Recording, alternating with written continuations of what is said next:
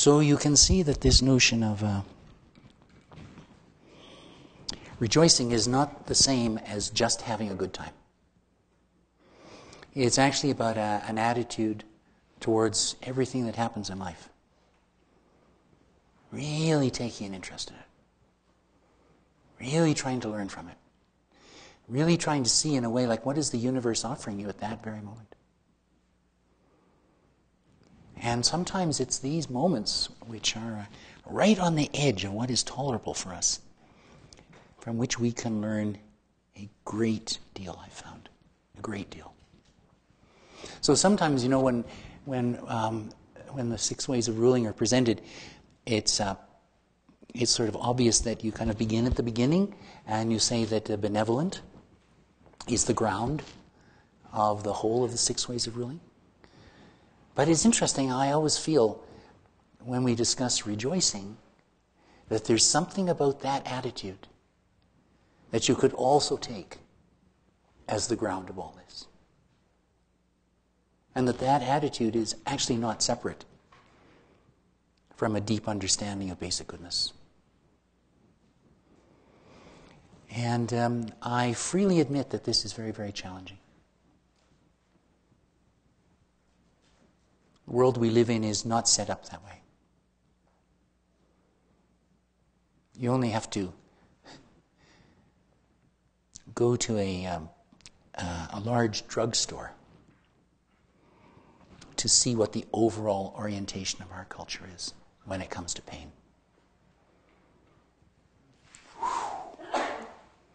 It's a very powerful teaching, I find, at drugstore.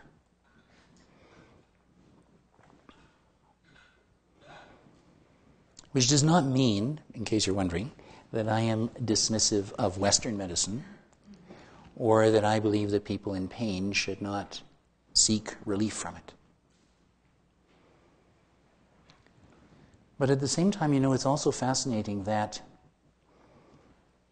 in the Tibetan tradition, Mipam the Great, who took such a deep interest in Shambhala, who wrote The Way of the King, who was one of the most prolific of writers and one of the greatest meditation masters, was in virtual perpetual illness all his life.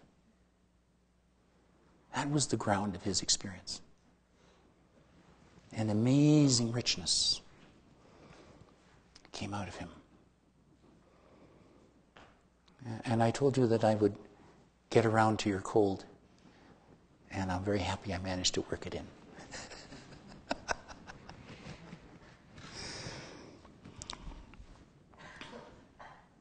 You can also see that this attitude is not about,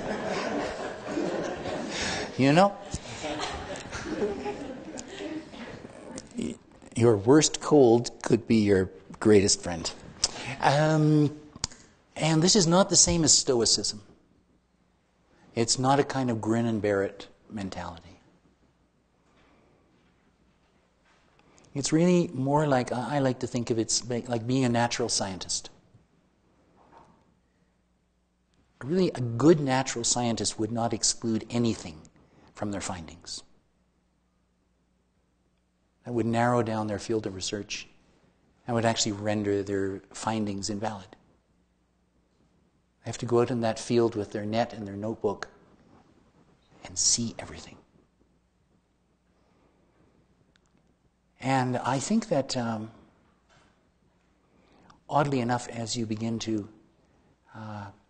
practice this and penetrate this,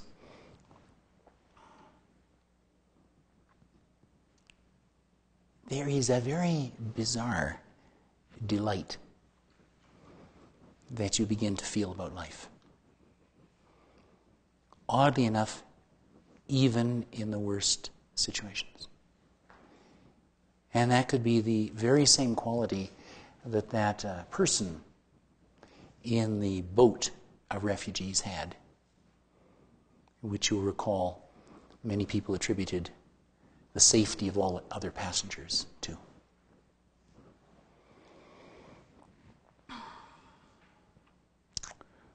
So that is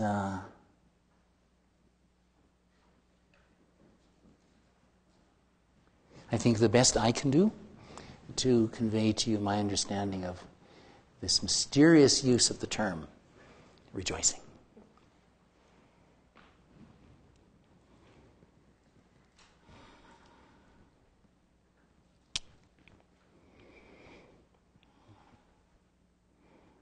Except maybe just to add that if you do experiment with looking at things that way,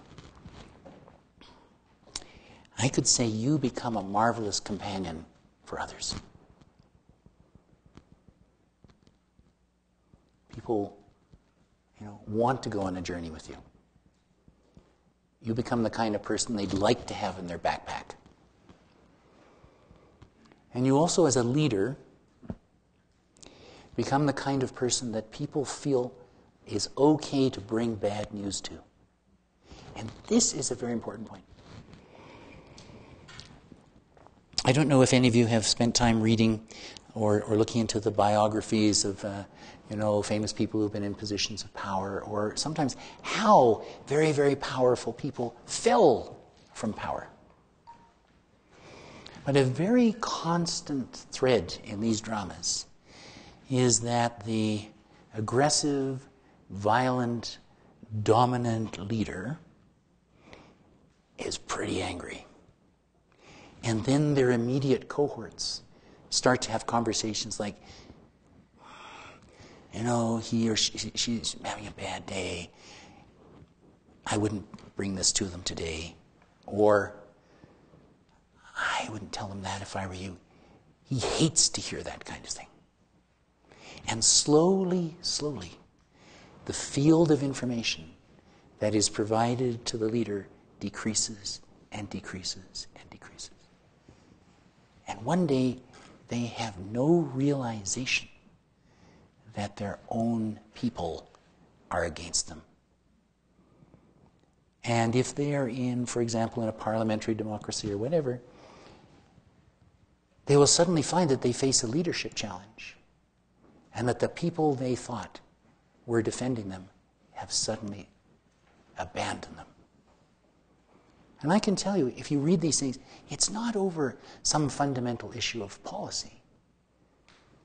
It's that slowly, they created a limited version of reality and acceptability of information around them, so that they were cut off from the full spectrum of information. Now, honestly, no leader wants to be in that position.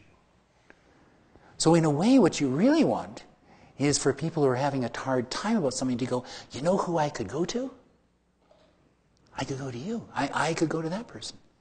And what a wonderful thing if you're a center director. Wouldn't you rather hear about that directly from the person than find out that half your center is all grizzling about something you never even knew about?